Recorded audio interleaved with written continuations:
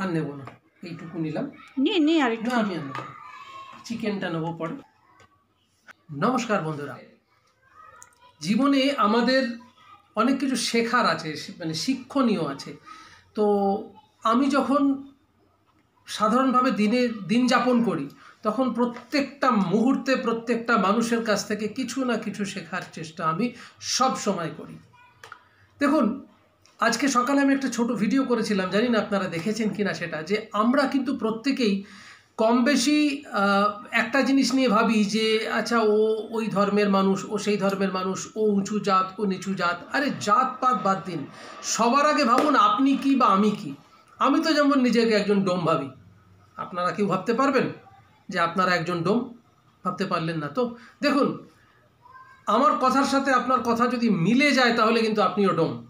কীরকমভাবে না, আমরা প্রতিদিন প্রতি মুহূর্তে প্রতিটি ক্ষণে কিভাবে মেনে নিতে গিয়ে আর মানিয়ে নিতে গিয়ে কম্প্রোমাইজ করে চলি, স্যাক্রিফাইস করে চলি। আর এই স্যাক্রিফাইসের জন্য দীর্ঘদিন ধরে মনের গভীরে বপন করে রাখা যে বীজটা ছিল ভালোবাসার, বা ধরুন কোনো একটা স্বপ্নের বীজ ছিল, সেই স্বপ্নের বীজটা কোনো একটি মুহূর্তে এসে মারা যায়, আমরা সেটাকে মেরে ফেলি বা মরতে বাধ্য করি, এবং তারপর বুকের বাঁদিকে রাখা আগুনে দাউ দাউ করে সেটাকে জ্বালিয়ে দিই। আপনারা এমন করেননি কখনো?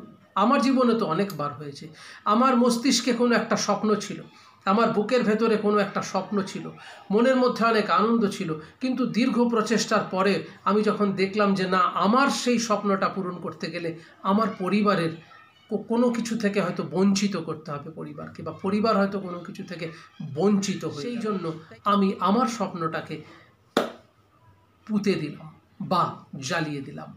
তাহলে সেটা যখন আমি নিজের হাতেই করলাম, আমি তো ডোম অবশ্যই। তো এইভাবে অনেক ভিডিও আমি আপনাদের সামনে নিয়ে আসার চেষ্টা করি, আশা করি আপনাদের ভালো লাগে। আমরা প্রত্যেক দিন প্রত্যেকটি মুহূর্তে প্রত্যেকটি ক্ষণে এইভাবে আমাদের স্বপ্নগুলোকে মেরে ফেলছি। আমরা কেউ টেরও পাই না, বাইরে থেকে কেউ টেরও পায় না যে প্রতিদিন কত স্বপ্নের মৃত্যু ঘটে, কত স্বপ্নের ফেরিওয়ালা এইভাবে তার স্বপ্নকে ধীরে ধীরে মেরে ফেলে।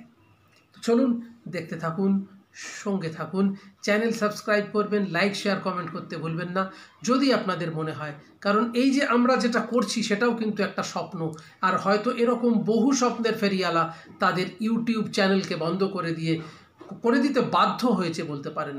কারণ তারা আপনাদের মতো দর্শকদের উদ্দেশ্যে কিছু করেন, কিন্তু দর্শক সেটা দেখে একটা লাইক করে দিতে পারেন না, একটা শেয়ার করে দিতে পারেন না, বা একটা ছোট্ট কমেন্ট করে বলতে পারেন না ভালো হয়েছে বা মন্দ হয়েছে।